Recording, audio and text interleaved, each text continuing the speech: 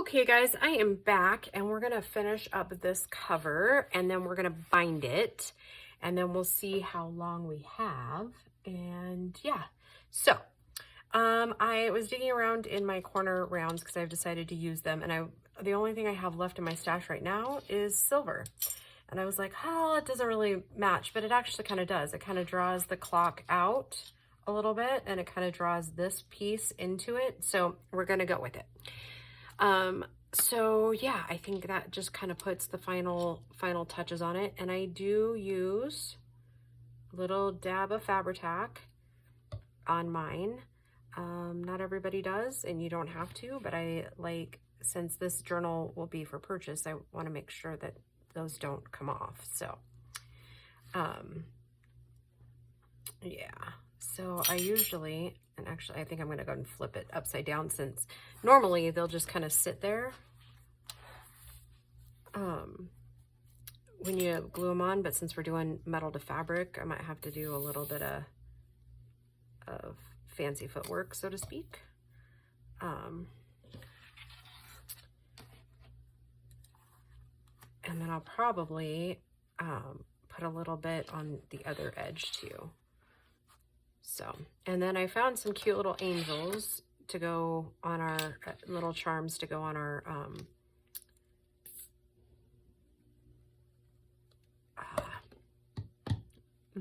our string for our oh geez, why can I not talk today? Holy moly.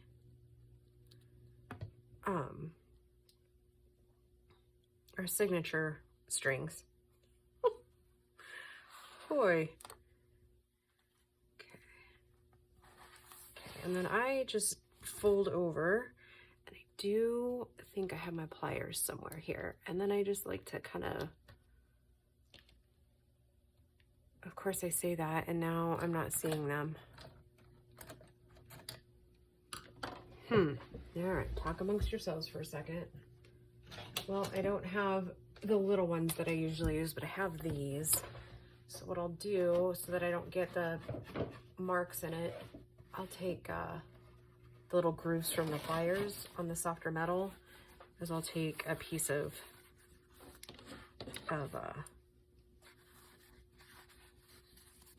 paper towel and I'll squeeze it down. So you won't actually be able to see that as well, but you'll get the gist. And that way, like I said, it doesn't put the grooves in there. Okay.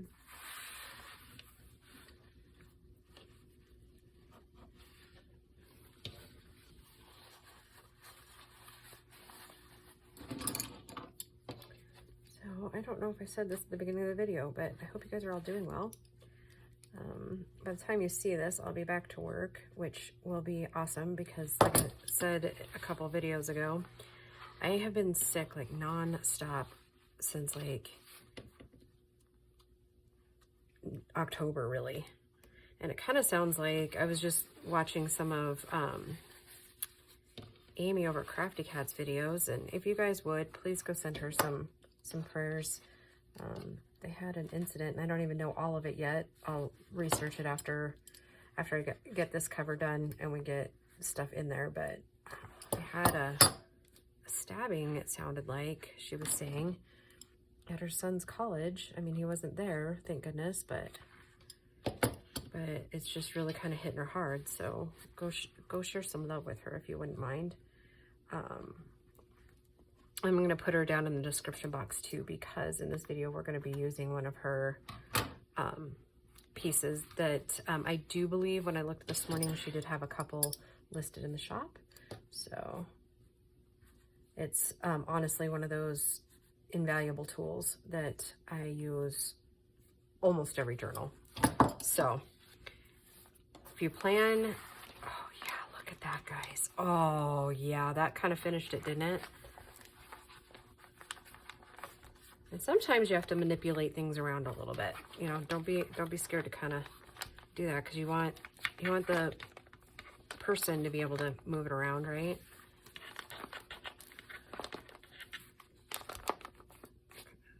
stretch it out. Oh my goodness. Wow, I like that. Just a little bit of green going on through there. Oh yeah, I'm liking that. Okay, all right, let's see. Now, I did find a couple of things I wanted to add to the signature, and I've just used up some of those papers we dyed for the challenge. And I found a couple little doilies I want to place in there randomly. And these are tea stained.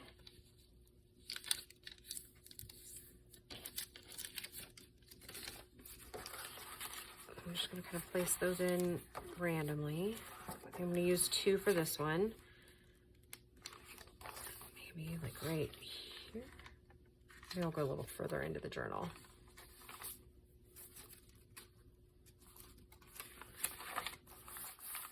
Break up some of those pages. So anyways, the papers that I used were some of my cabbage dye blue, and then some of the ones we dyed for the challenge that ended up turning more blue than green when we were trying out different dyes. And then I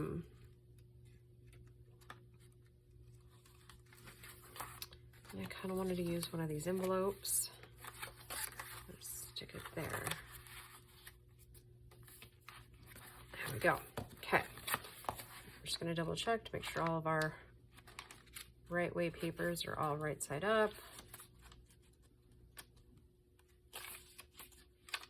And it seems to be. Okay, so these softer side ones, here's how I like to do it. I use 4 clips, and these clips come from the dollar store. They are literally one of my most favoriteest tools I have. So I think you get 10 or 12 of them in a pack for, it was $1. Now I understand that the dollar store isn't necessarily the dollar store anymore. It's like a more like a Five Below, but that's okay. We still have pretty good stuff. Okay, this is called a book cradle.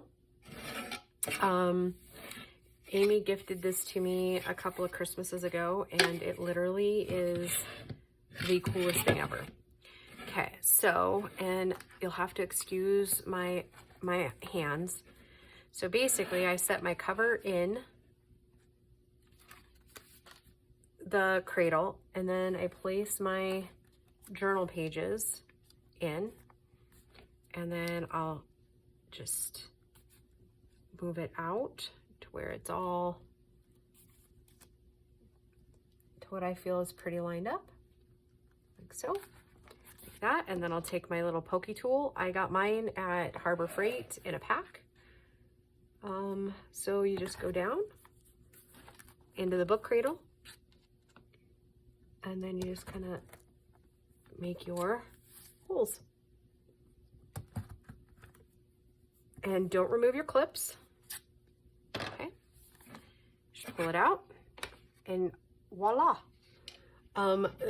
Instead of having to fight back and forth with your journal and all that jazz, pretty much one step, and it's easy peasy. And I just, okay, so there's that. And since I reorganized, some of my stuff's a little out of my reach at the moment.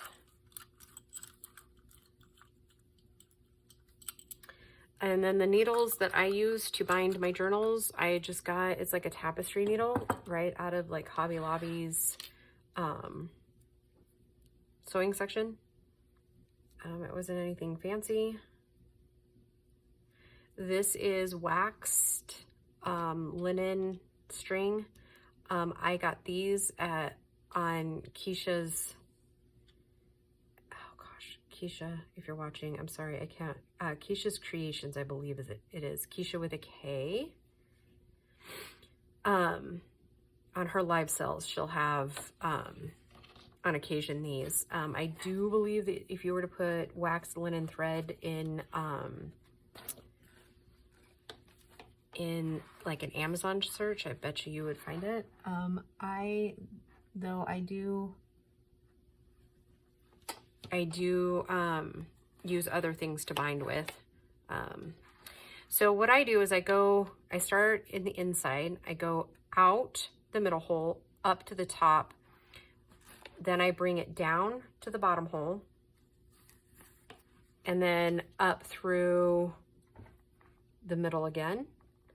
And I don't cut mine anymore because for me, I ended up wasting a lot of thread the way that I do it. So I don't do that anymore. I just wait till I'm and sometimes it's a struggle finding the same hole on the back side. So just know that's a possibility. You might struggle a little bit.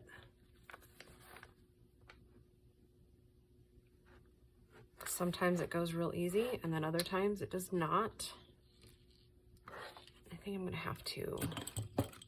Sometimes another trick that I do is I use another needle and kind of to point my way.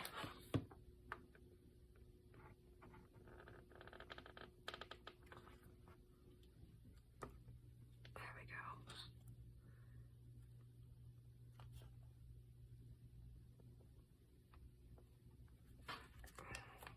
go. On occasion, especially when you're using that much lace, sometimes you just get lost in the, there we go. Sometimes if you just do the wiggle thing like you normally would with like sewing projects too, sometimes that'll work. Okay, so then since I'm gonna be using charms, I'm gonna go ahead and pull out a couple of extra inches, and then we can cut down accordingly. Okay, so I'm gonna pull the side that I'm still connected to, pull it just a little bit, and then I'm gonna pull this string up towards the top of the journal, like so. Okay, now the other important thing to remember when you're binding is, see my middle piece here?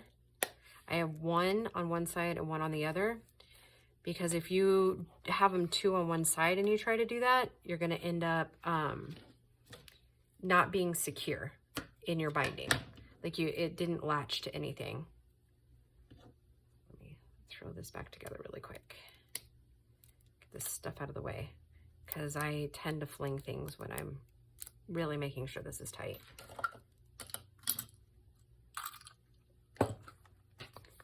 Okay, so to tighten mine, obviously, remember we went through here, up through the top and back around. So I want this side to go up, this side to go down, and then I just keep testing to make sure we're tight, and we're tight. So and then I just do pretty much, I think it's called a box knot. One across, and then one again, and then see it's latched on, it's not going anywhere. Okay, and then before I release the pages, I'm not necessarily terribly good at tying these on as far as putting on charms.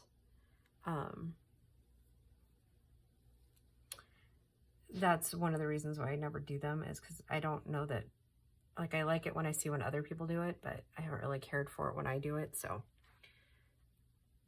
because I never know, do you cut off the ends of the string? Do you leave it? I don't know. And then I don't want to, do it too close, because I don't want the charms to fall off. So yeah, probably a whole lot of worry for nothing, but we all have that one thing we're just a little bit worried about or nervous about, right?